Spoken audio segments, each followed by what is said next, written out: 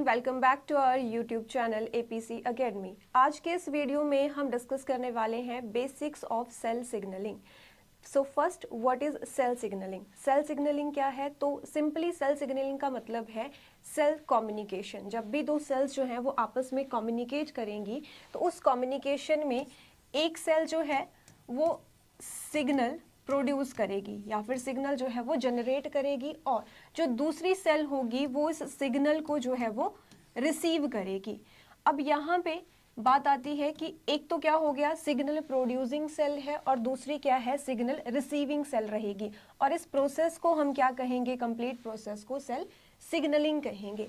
So cell signaling, it is a biological mechanism that occurs in the cells which gives cells an ability to receive or generate the signals in response to their surrounding environment। जो surrounding environment है उसके according जो है वो cell उस signal के लिए जो है वो रिस्पॉन्ड करेगी, सिग्नल प्रोड्यूस करेगी और सिग्नल के लिए जो है वो रिस्पॉन्स क्रिएट करेगी।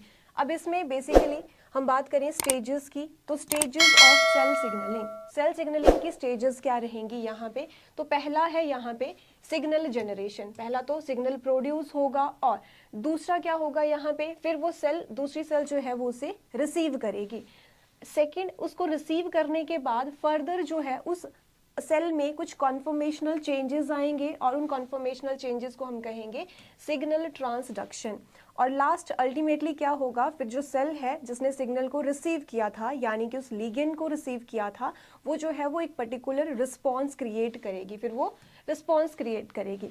तो डायग्राम की हेल्प से देख लेते हैं। फर्स्ट, लिगेंड क्या है? So ligand is the signalling molecule जो सिग्नल प्रोड्यूस हुआ है, इट इज सिग्नल मॉलिक्यूल।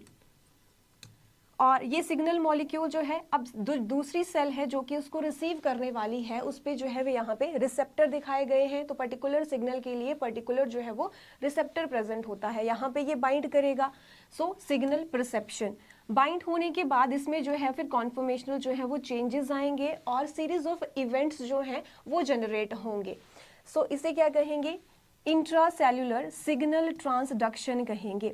और फिर फाइनली जो है वो सेल जो है वो रिस्पॉन्स प्रोड्यूस करेगी। अब सेल रिस्पॉन्स में क्या हो सकता है, जैसे कि मान लीजिए प्रोटीन सिंथेसिस थी कि प्रोटीन सिंथेसाइज हुई यानी कि वो रिस्पॉन्स प्रोड्यूस हुआ।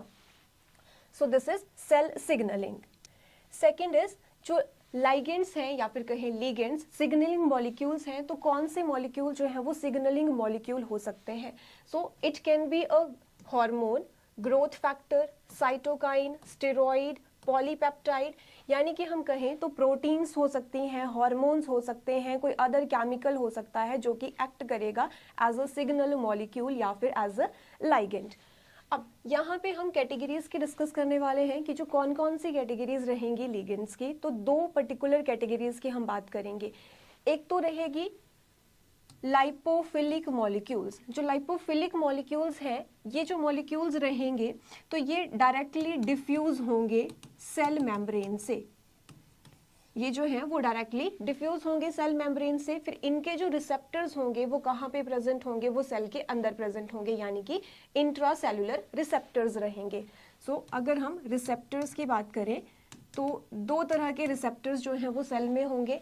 एक तो जो मेम्ब्रेन पे प्रेजेंट है, membrane bound receptors, और we can say extra cellular receptors होंगे और extra cellular receptors,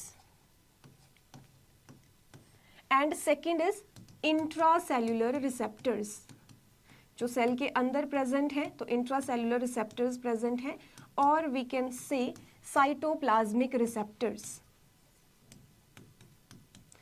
और साइटोप्लाज्मिक और इंट्रासेलुलर रिसेप्टर्स जो हैं तो कौन से जो हैं वो लाइगेंड्स यहाँ पे एक्ट करेंगे, तो वो रहेंगे लिपोफिलिक लाइगेंड्स जो कि प्लाज्मा मेम्ब्रेन से डिफ्यूज होंगे और इनके लिए इंट्रासेलुलर रिसेप्टर से ये जो है वो बाइंड करेंगे।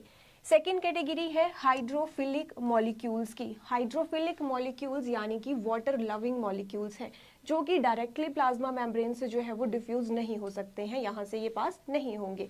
तो इन लाइगेंड्स के लिए जो है सेल सरफेस पे रिसेप्टर्स प्रेजेंट होंगे, इस तरह से रिसेप्टर प्रेजेंट होंगे और इन रिसेप्टर्स को क्या कहेंगे, तो मेम्ब्रेन बाउंड रिसेप्टर्स कहेंगे या फिर एक्स्ट्रा सेल्यूलर रिसेप्टर्स कहेंगे। जबकि जो दूसरे हैं लाइपोफिलिक, उनके लिए रिसेप्टर कहाँ पे प्रेजेंट हैं, तो वो सेल के अंदर प्रेजेंट हैं। अब ये रिसेप्टर जो हैं वो न्यूक्लियस पे भी हो सकते हैं और साइटोप्लाज्म में भी हो सकते हैं। So these receptors they can be present in nucleus या फिर कहाँ पे होंगे ये, तो साइटोप्लाज्म या साइटोप्लाज्म में ये प्रेजेंट होंगे। अब जैसे कि बात करें तो साइटोप्लाज्म में जो रिसेप्टर्स प्रेजेंट होंगे तो वो रहेंगे स्टेरॉइड हार्मोन्स के लिए, स्टेरॉइड हार्मोन्स के लिए रहेंगे। और न्यूक्लियस पे रिसेप्टर्स जो है वो किसके लिए प्रेजेंट होंगे, जैसे कि नॉन स्टेरॉइड हार्मोन है, एग्जांपल इज थायराइड, तो न्यूक्लियस थायराइड हार्मोन के जो रिसेप्टर हैं वो न्यूक्लियस में प्रेजेंट होंगे। सो नेक्स्ट अब हम बात करने वाले हैं examples of signal molecules that interact with cell surface receptors, यानी कि मेम्ब्रेन बाउंड और एक्स्ट्रा सेलुलर रिसेप्टर्स के साथ इंटरैक्ट करने वाले लिगेंड्स कौन कौन से हैं। एग्जांपल्स हैं इसमें, एग्जांपल्स रहेंगे epinephrine, non epinephrine, glucagon, insulin, then gastrin, secretin, cholecystokinin, ACTH यानी कि एड्रेनोकॉर्टिकोट्रोपिक हार्मोन। ये जो है वो कहाँ पे इंटरैक्ट करेंगे, तो ये सेल सरफेस पे जो रिसेप्टर्स हैं ये उनके साथ जो है वो इंटरैक्ट करेंगे। Second, example of signal molecules that interact with cytosolic और न्यूक्लियर रिसेप्टर। तो न्यूक्लियर रिसेप्टर या हम कहें कि जो इंट्रासेलुलर रिसेप्टर्स हैं उनके साथ इंटरैक्ट करने वाले हार्मोन क्या कौन से होंगे या फिर मॉलिक्यूल्स कौन से हैं, तो लाइपोफिलिक मॉलिक्यूल्स रहेंगे।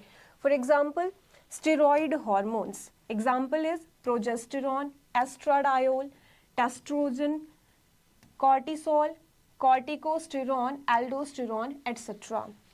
Next is steroid like hormone, जो स्टेरॉइड लाइक हार्मोन है इकडाइसिन, इकडाइसिन के भी रिसेप्टर्स क्या है, इंट्रासेलुलर रिसेप्टर्स हैं। इसके अलावा non steroid hormone that is thyroid hormone हो गया, रेटिनोइक एसिड है, तो इनके भी रिसेप्टर्स क्या रहेंगे, इंट्रासेलुलर है।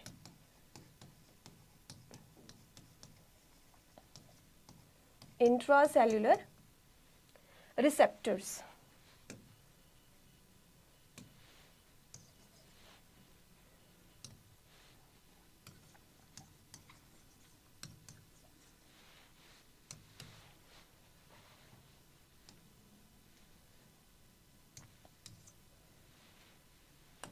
अब हम बात करेंगे टाइप्स ऑफ सेल सिग्नलिंग की। जो सेल सिग्नलिंग है बेसिकली यहाँ पे हम बात करें तो मेन 3 कैटेगरीज में डिवाइडेड है सेल सिग्नलिंग, लेकिन एक 4th कैटेगरी यहाँ पे हम डिस्कस करने वाले हैं। तो कौन कौन सी कैटेगरीज हैं, autocrine cell signalling, then endocrine cell signalling, paracrine cell signalling and last is juxtacrine cell signalling. First is autocrine cell signalling. जैसा कि आपको यहाँ पे नाम से ही पता चल रहा है, ऑटोक्राइन का मतलब क्या होगा, सेल्फ सिग्नलिंग।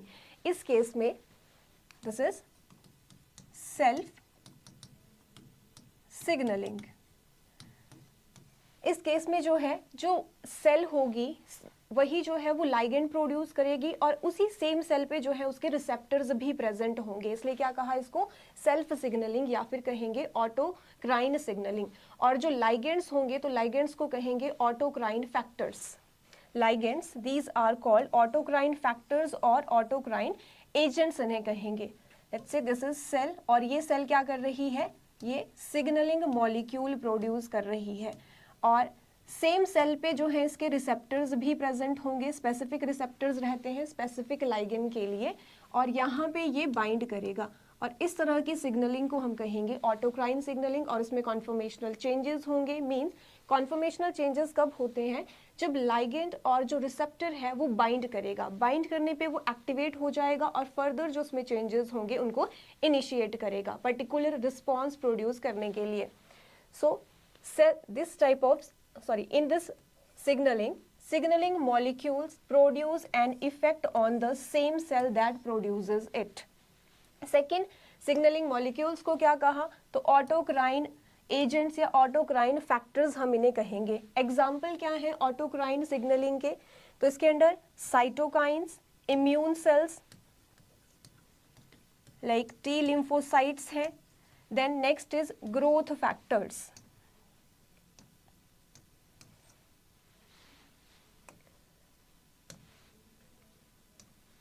सो अब बात करें हम यहाँ पे कि जो मोनोसाइट्स हैं, मोनोसाइट्स ये प्रोड्यूस करती है इंटरल्यूकिन 1, यानी कि ये लाइगेंड प्रोड्यूस कर रही है, ऑटोक्राइन फैक्टर प्रोड्यूस कर रही है। So when interleukin 1 is produced in response to the external stimuli, it can bind to the cell surface receptor on the same cell that produce it. It means ये example किसका रहेगा, जो interleukin की production है monocyte से, ये example रहेगा autocrine signalling का।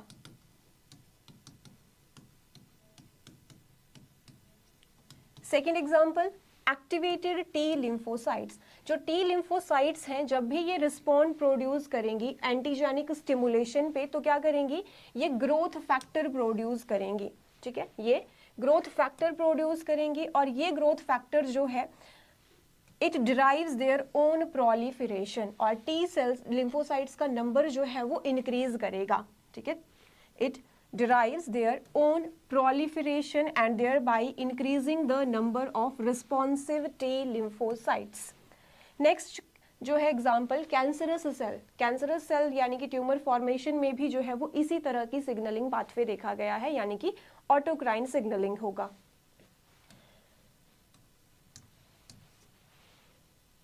Next type is paracrine signalling. Paracrine signalling के केस में इसमें दो सेल्स इन्वॉल्व होंगी। एक सेल जो है वो लाइगेंड या सिग्नलिंग मॉलिक्यूल प्रोड्यूस करेगी और जो दूसरी सेल है वो उसे रिसीव करेगी। ऑटोक्राइन के केस में सिंगल सेल ही इन्वॉल्व थी वहां पे। सो पैराक्राइन सिग्नलिंग में हमें ध्यान रखना है कि जो सेल्स यहाँ पे इन्वॉल्व होंगी वो सेल्स जो हैं वो क्लोज प्रॉक्सिमिटी में रहेंगी, उनके बीच में डिस्टेंस ज्यादा नहीं होगा। सो लेट्स से ये सेल जो है वो लाइगेंड प्रोड्यूस कर रही है, यहाँ पे रिसेप्टर प्रेजेंट है। सो इनके बीच में क्या होगा, क्लोज प्रॉक्सिमिटी होगी। एंड सिग्नलिंग मॉलिक्यूल को क्या कहेंगे, तो पैराक्राइन फैक्टर्स कहेंगे। And they diffuse over a relatively short distance, यानी कि इनका जो है वो लोकल एक्शन होगा in case of paracrine signalling.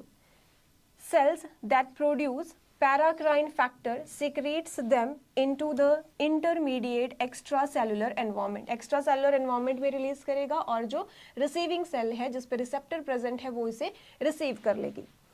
Next is examples कि जो पैराक्राइन सिग्नलिंग पाथवे है उसको फॉलो करने वाले जो कौन कौन से जो है वो फैक्टर्स रहेंगे। First is fibroblast growth factor FGF, fibroblast growth factor. Second is hedgehog family, third is WNT family. और इसके अलावा जो है जो न्यूरोट्रांसमीटर्स हैं, न्यूरोट्रांसमीटर्स इनमें भी जो है वो पैराक्राइन सिग्नलिंग पाथवे रहेगा। क्लोज प्रॉक्सिमिटी रहती है साइनेप्स में, जो साइनेप्टिक क्लेफ्ट होगा यहाँ पे क्लोज प्रॉक्सिमिटी रहेगी दोनों न्यूरॉन्स में।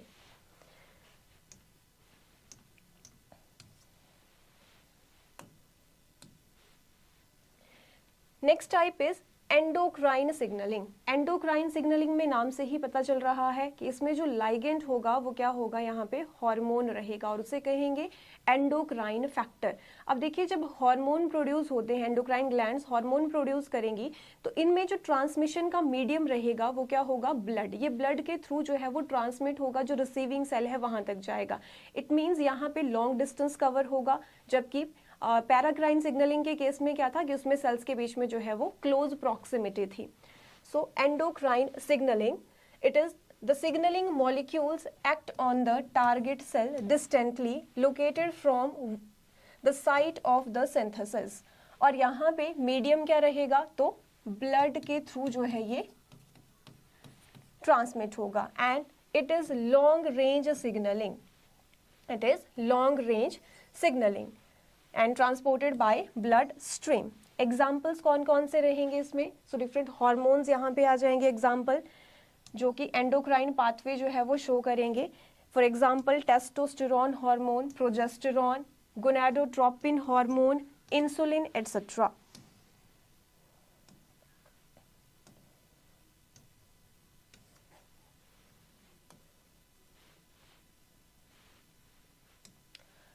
Last type is juxtacrine signalling. अब जक्स्टाक्राइन सिग्नलिंग के केस में क्या होगा, यहाँ पे जो है वो कैसे लाइगेंड ट्रांसमिट होगा, तो जो सेल्स होंगी उनके बीच में क्या होना चाहिए कि फिजिकल कांटेक्ट होना चाहिए। ठीक है, दो सेल्स हैं उनके बीच में जो है वो फिजिकल कांटेक्ट होना चाहिए, तब यहाँ से जो है वो लाइगेंड को रिसीव करेगी जिसपे कि रिसेप्टर्स प्रेजेंट होंगे सेल्स पे। Second, it is also known as contact dependent signalling, इसलिए इसे क्या कह दिया, कॉन्टैक्ट डिपेंडेंट सिग्नलिंग कहा। Second, 3 types of juxtacrine molecules हो सकते हैं जक्स्टाक्राइन सिग्नलिंग के टाइप पे, जो कि आपस में इंटरैक्ट करेंगे जो एडजेसेंट सेल्स होंगी उनमें।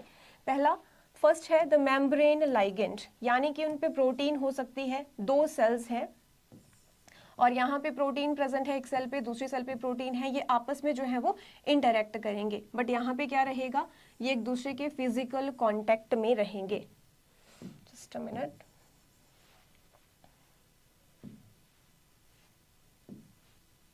इनके बीच में जो है वो फिजिकल कांटेक्ट होगा, लेकिन इंटरैक्ट कौन कर रहा है, तो जो प्रोटीन्स इनके मेम्ब्रेन पे प्रेजेंट है, ओलिगोसैकेराइड्स हो सकते हैं, लिपिड्स हो सकते हैं, ये जो है वो एडजेसेंट सेल में इंटरैक्ट करेंगे। सेकंड है उनके बीच में कम्युनिकेटिंग जंक्शन होना चाहिए। कम्युनिकेटिंग जंक्शन जैसे कि साइटोप्लाज्मिक स्ट्रैंड्स जो है वो कॉन्टिन्यूटी में होंगे, तब वहां पे लाइगेंड जो है वो ट्रांसमिट होगा और सिग्नल ट्रांसमिट होगा। Next is extra cellular matrix glycoprotein and membrane bound protein. जो एक्स्ट्रा सेलुलर ग्लाइकोप्रोटीन है और मेम्ब्रेन बाउंड प्रोटीन है उनके बीच में इंटरेक्शन होनी चाहिए। लास्ट हम बात करेंगे एग्जाम्पल्स ऑफ जक्स्टाक्राइन सिग्नलिंग की। तो first example is notch signalling, और नॉच सिग्नलिंग में जो है एम्ब्रियोनिक डेवलपमेंट के टाइम पे ये इंपॉर्टेंट रोल प्ले करती है कि जो पर्टिकुलर फेट है कोई सेल होगी वो फर्दर जो है वो डुप्लीकेट नहीं करेगा वो ऑर्गन उसमें। And second example is classical cadherin signalling. So 4 types की जो है हमने यहाँ पे सेल सिग्नलिंग डिस्कस किए हैं, मोड्स ऑफ सेल सिग्नलिंग। अब जो है इसे समराइज करते हैं कौन कौन से टाइप्स हमने डिस्कस किए। सबसे पहले हमने बात की ऑटोक्राइन सिग्नलिंग की, यानी कि सेल्फ सिग्नलिंग की, और इसमें जो सिंगल सेल है वो लाइगेंड प्रोड्यूस करेगी और ये लाइगेंड जो होगा ये सेम सेल पे जो रिसेप्टर्स प्रेजेंट हैं उनके साथ ये बाइंड करेगा। So this is autocrine signalling, a cell targets itself. Second form, तो यहाँ पे जो है हमने जक्स्टाक्राइन सिग्नलिंग को रिप्रेजेंट किया हुआ है इस डायग्राम में। जक्स्टाक्राइन सिग्नलिंग में हमने बात की कि यहाँ पे क्या होना चाहिए, फिजिकल कांटेक्ट होना चाहिए सेल्स के बीच में, या फिर हमने जो सेल्स हैं a cell targets a cell connected by gap junction, की गैप जंक्शन के थ्रू यहाँ पे जो है वो लाइगेंड पास हो रहा है। Next is paracrine signalling. तो पैराक्राइन सिग्नलिंग में क्या बात की कि इसमें क्या होगा, तो क्लोज प्रॉक्सिमिटी होगी सेल्स के बीच में, ये कम डिस्टेंस को ट्रैवल करेंगे, तो यहाँ पे इस तरह से जो है ये ट्रांसमिट होगा और यहाँ पे जो है वो रिसेप्टर्स भी प्रेजेंट होंगे, जो रिसीविंग सेल है उस पे रिसेप्टर्स प्रेजेंट होंगे। Last is endocrine. एंडोक्राइन के केस में a cell targets a distant cell through the blood stream, blood stream के थ्रू जो है वो लाइगेंड यहाँ पे ट्रांसमिट होगा। तो ये सिग्नलिंग सेल है, यहाँ से सिग्नल जनरेट हुआ, अब ये ट्रांसमिट हो रहा है ब्लड स्ट्रीम के थ्रू और ये रहेगी इसकी टारगेट सेल, उसके रिसेप्टर्स पे ये जो है वो बाइंड करेगा। सो आज की क्लास में हमने बात की यहाँ पे एक तो बेसिक्स ऑफ सेल सिग्नलिंग, उसमें रिसेप्टर्स क्या हैं, लाइगेंड्स क्या हैं and modes of signalling. If you found this video helpful then like, share and subscribe our YouTube channel.